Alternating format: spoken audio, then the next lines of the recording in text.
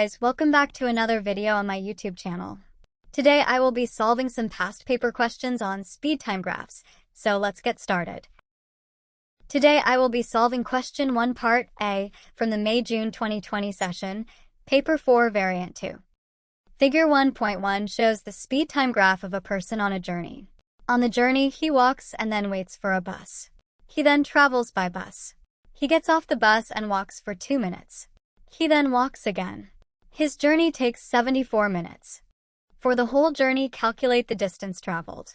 Okay, first recall the formula. Distance is equal to speed multiplied by time. Now, on the graph, we have 3 segments in which he was moving from 0 to 20, 30 to 50, and 52 to 74. So, to get the distance traveled, we have to multiply the speed and the time given on the graph in the 3 segments, and then add them together. So we can do 5 multiplied by 20 divided by 60 for the first segment. Dividing it by 60 will convert the minutes into hours, which would match it to the unit of the speed, kilometers per hour. So once we put that into our calculator, we get 1.67 for the first segment. For the second segment, we can do 40 multiplied by 20 divided by 60. We use 20 for the time because 50 minus 30 is 20. So if we write 40 multiplied by 20 divided by 60 into our calculator, we get 13.33. Lastly, for the final segment, we have to do 74 minus 52 to get the time, which is 22. So we can do 6 multiplied by 22 divided by 60 to get 2.2 for the last segment. Finally, just add those together to get 17 kilometers as our final answer rounded to 2 significant figures.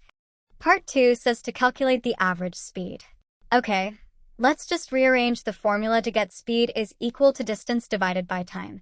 We have the distance from part 1, which is 17 kilometers, and it says above the graph that the journey takes 74 minutes.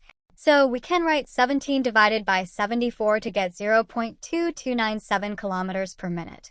Next, just multiply that by 60 to get it in kilometers per hour, which would be 14 kilometers per hour rounded to 2 significant figures. That will be the end of our question. Please like and subscribe for more videos like this, and if you have any doubts, feel free to comment them down below. I'll be glad to answer.